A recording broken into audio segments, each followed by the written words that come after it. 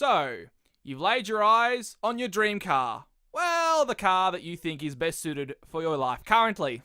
As you have a look, take it all in, think about a few things. Number one, is this actually a good car or good example of it? Number two, is this the right car for you in terms of drivability? And number three, is this actually the right price? In this video, we're looking at the condition. And as I've laid my eyes on this CRV, the first thing you see here is, of course, the door that's painted a different silver to the rest of the car. Oh dear. But that may not be the end of the world. Sometimes repairs can only be cosmetic and may not affect the structural integrity of the car. Onto the bonnet. Well, panel gaps all seem straight. That suggests there's no frontal accident, which means that the bonnet is aligned as it should be with the front bumper bar. Now, on to the other side. Now, we know it's had a paintwork repair on the driver's side, but as you see, this is the passenger side. Oh dear. Now, look at that panel gap right there. A panel gap that is tapering off suggests it's had a crash of some description, probably something major, which means that this car has had a serious hit. And on the bottom of the door, there is overspray. Again, reinforcing the fact something's happened here and it isn't pretty. Back to the other side, the panel gap is even. This suggests that while something may have happened, it couldn't have been that major, so that would mean it's probably a paintwork repair to the door, something like a dent or a small parking hit. But when you get back to the passenger side, it certainly shows this is more than just a parking dent. So if it's been belted, what's the damage on the B-pillar? And taking a look at the door, the gap seems relatively straight. So that suggests that whatever accident this CRV had, it probably was to the A-pillar section or very close to the front end of the front door, because that gap on the B-pillar seems better. Now looking around, going back to the right side of the car, the gap is straight again, reinforcing the fact that that door probably was put on for cosmetic reasons. To the rear end now. As you can see, the Honda's rear end seems to match in terms of paint, and if you look a bit closer, panel gaps seem to match as well. This suggests that there's been little or no action on the rear, which means up the back it's probably pretty straight. Tyres are your main contact with the road, so having a look at their condition is vital. Have the steering turned as far as you can to either the right or the left, and then look. Now on the driver's side here, the tyre looks pretty even, and there's a bit of tread on it, so it looks pretty good. But on the passenger side, well, that's a different story. One side's on the tread wear indicator, that little bump in the tyre, while the other side looks like there's plenty of tread, hence why you have the wheels turned on full lock. This suggests that something's wrong in the front suspension or has a wheel alignment issue. Teaming with the fact that the car's had a hit, that suggests there could be suspension issues with this car. When you look at that damage there and the front tyre, it does bother you. And lo and behold, look what we see here. Filler. This suggests it's had a structural repair. Now, filler is normally dull and somewhat flaky, so if you feel a dull, flaky substance, it suggests it's filler. That means this car's had a major accident and I'd avoid it. Nothing shows up behind the door and behind the B-pillar on the rear, so obviously it's happened at the front at quite a concentrated angle. And if you take a look at the driver's side, there's nothing there. From the first glance at least, this CRV looks like the kind of car I wouldn't buy. The passenger side clearly has some form of structural damage, and that may also extend to front suspension damage because inaccurate tyre wear, or rather patterned wear that doesn't seem to be consistent with the tread, suggests something is wrong in the front end. Could be wheel alignment, could be suspension, could be steering even. So that bothers me quite a lot. So let's have a look under the bonnet. First thing you notice here is there's a bit of leaf litter there. Now, I do say get rid of this because on some more expensive cars, it can block the drainage systems and actually short out the car or cause electrical gremlins. Now you see the build and the compliance plates there. You now check the engine. This is to see whether it's got oil or not. Now this one here, oil isn't quite high on the dipstick. It suggests it might be due for an oil change soon and or needs some.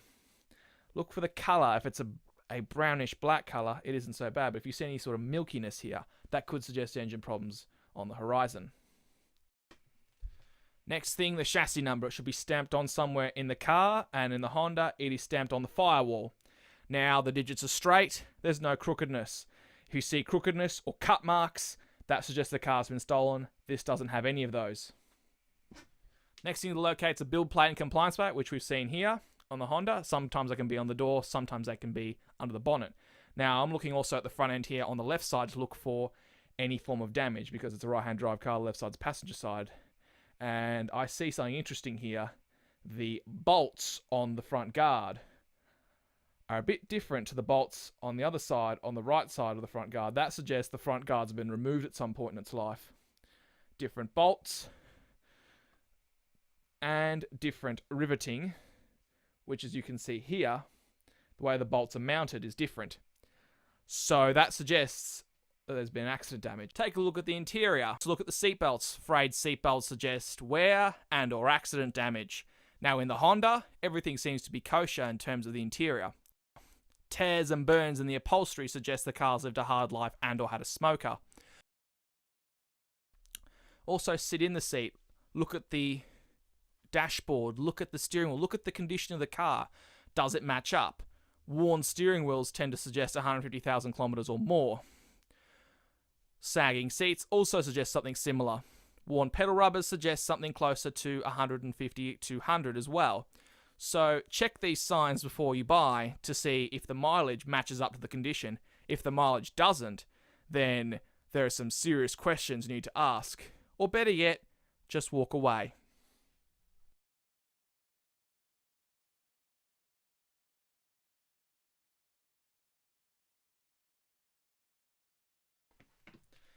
A service history is a must with these cars. So look at the books, see where it's been serviced. Remember, if the history is complete, it's probably more likely to be genuine. Now, always check the VIN to see if the VIN matches up to the car and you're using the correct books. Some people can pass off phony books to match the car and make it look more original. Next thing, look where it's been serviced. Consider where the car's located. Think about who's looked after it. And if you need to, ring up the garages if there is in doubt anything.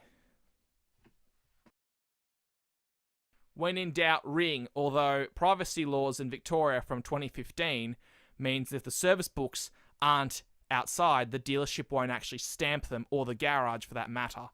So be careful there. Some cars can be not stamped but actually genuine because of this. Also, you can't really find out much about who the person servicing it was, but you certainly can find out when and what was done at the service. Because 9 times out of 10, if you can at least get something, a mileage or a service history, you're better off.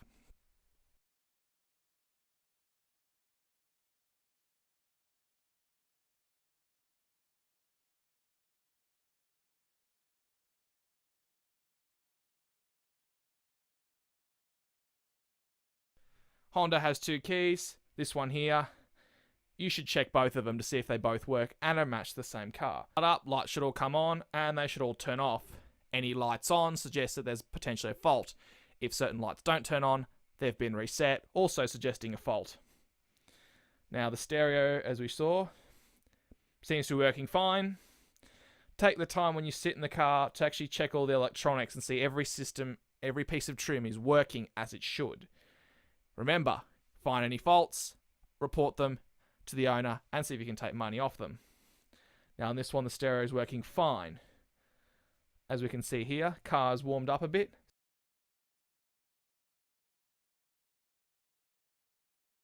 So I'm going to actually rev it. It's important to rev it, not when it's freezing cold, but just cold enough to see where there's anything going wrong. Now, the other thing you got to remember is if the seller doesn't want you to rev it off cold, well, that might suggest something's a little sus with it. But the car should rev nicely, as the Honda tends to do here. No warnings, No complaints. It just feels fine. I'm still checking trim, of course, being in the car. Check the air conditioning in Australia. You need the air conditioning, so it's something you need to check. Now, other thing you check here is for other systems such as satellite navigation, which this car hasn't got. The TVs, DVD screens some cars have. Also, you should check whether the transmission shifts as well. In park, see if there's any clunking in the shift mechanism. Now, as I'm checking the AC, everything feels fine.